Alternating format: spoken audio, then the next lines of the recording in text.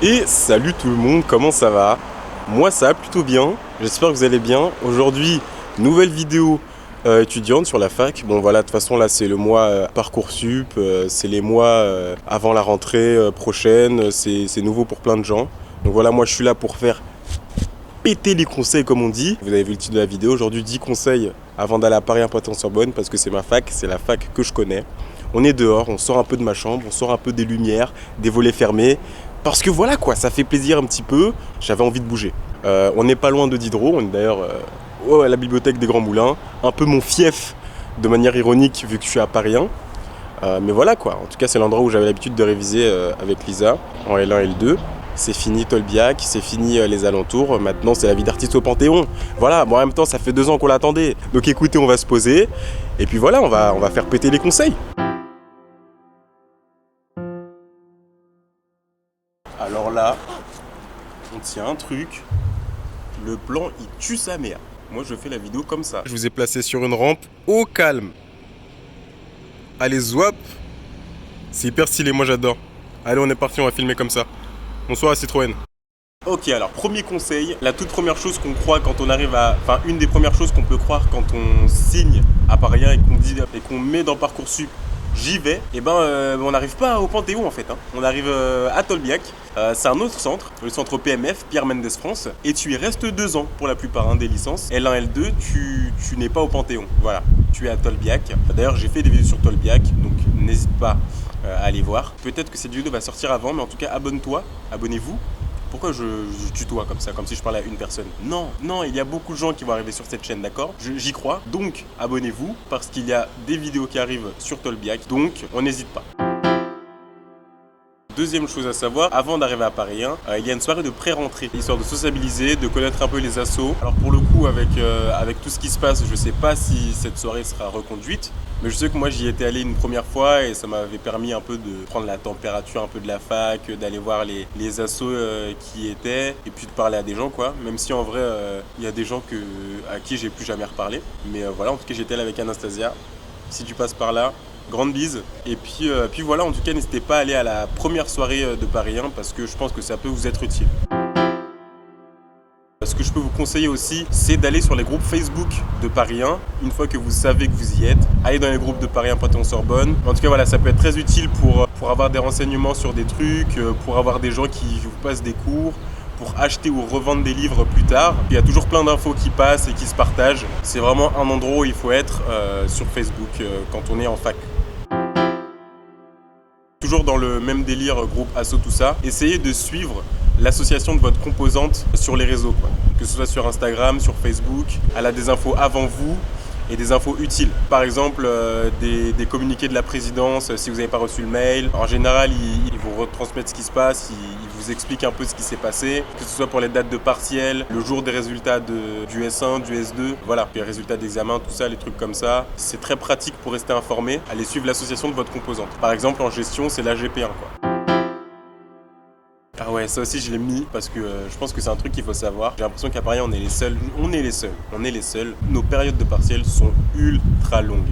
Comparé aux autres facs, en plus on comprend pas pourquoi. C'est-à-dire que nous, nos périodes d'examen se font sur 2 semaines. Quand tu vois que dans d'autres facs ils le font sur 3 jours, 5 jours, nous c'est 2 semaines. Le pire c'est qu'il y a 6 ans d'écart entre les matières. Je comprends pas pourquoi ils font ça. À quoi vous jouez les enfants? À quoi vous jouez? Donc voilà, ça vaut ce que ça vaut, mais en tout cas c'est un fait. À Paris 1, les périodes de partiel sont très longues. Alors du coup, ce qu'il faut savoir à Paris 1, quand on est à Tolbiac en L1, L2, il y a plein d'endroits et de bibliothèques pour réviser gratuitement. Il y a plein de bibliothèques gratuites pour réviser si on n'a pas de place à Paris 1, si on veut changer un peu d'air, si on préfère un cadre qu'un autre. J'ai d'ailleurs fait une vidéo complète là-dessus. Donc si elle n'est pas encore sortie, n'hésitez pas à vous abonner et au moment où elle sera sortie, de toute façon, ça sera dans la description, ce sera dans l'affiche évidemment. Donc voilà, restez connectés sur la chaîne et puis voilà, vous allez recevoir des vidéos de ouf quoi, des vidéos de merveille comme on dit. On va faire des merveilles ensemble les gars.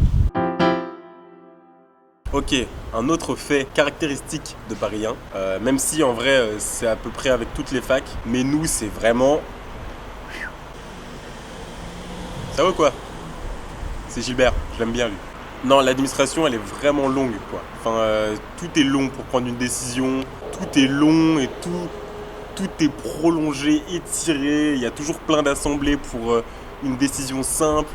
Même pour communiquer la décision, c'est long. En plus, les trucs, c'est toujours contesté 6000 fois. Enfin, c'est pas simple à Paris, hein. Voilà, tout simplement. Soyez prêts à ça. Soyez prêts à attendre des décisions très très longues. Nous, par exemple, pour les partiels, pour les cours en physique, pour les modalités d'examen, les cours en physique, les cours, nous, on y va physiquement, pas les cours de physique. Parce que c'est pas ma filière, quoi. D'ailleurs, j'ai fait une vidéo sur ma filière, la licence gestion. Hop là, dans la fiche. Ouais, donc voilà, pour une décision, c'est long, quoi. Donc il faut prendre son mal en patience. Et puis, je pense que le fait de le savoir, ça permet de mieux vivre les choses, j'imagine. En tout cas, je pense que c'est judicieux de vous le transmettre. Voilà. Alors du coup aussi au niveau des cours obligatoires et des cours non obligatoires, il faut savoir que à Paris 1, il y a deux types de cours. Du coup, quand on est à la fac, il y a les cours magistraux et les TD. Les cours magistraux, tu fais ta vie, tu n'es pas obligé d'y aller. Par contre, les TD, si tu as plus de 3 absences non justifiées dans ta matière, tu es défaillant, c'est-à-dire que tu as 0 dans ta matière, même si tu passes le partiel après. Donc voilà, faites attention à ça. C'est un peu bête d'être défaillant dans une matière, quoi. Ensuite, en ce qui concerne les modalités de validation de ton semestre et donc indirectement de ton année, à Paris 1, c'est vraiment cool parce qu'il y a deux choses pour faciliter la tâche.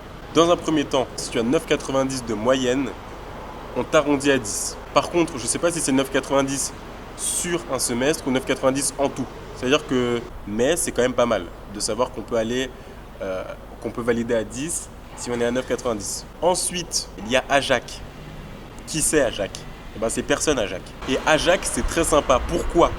En gros, AJAC, c'est, mettons par exemple, tu as ton S1 à 10. Tu as validé ton premier semestre. Mais que du coup, ton S2, tu l'as à 9.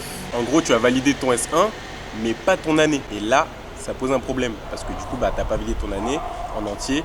Tu ne peux pas passer. Sauf que là, AJAC te permet de garder ton premier semestre. En tout cas, de garder le semestre que tu as validé.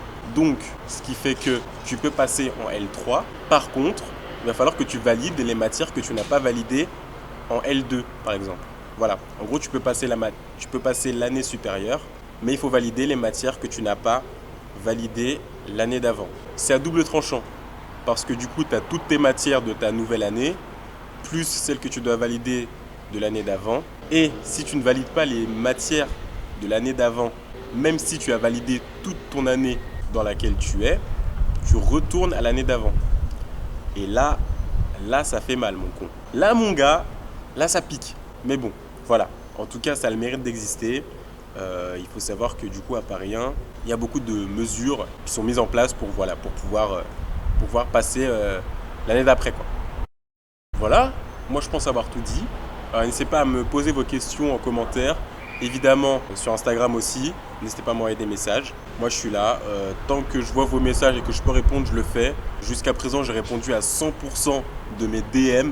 Donc voilà, il n'y a pas de souci.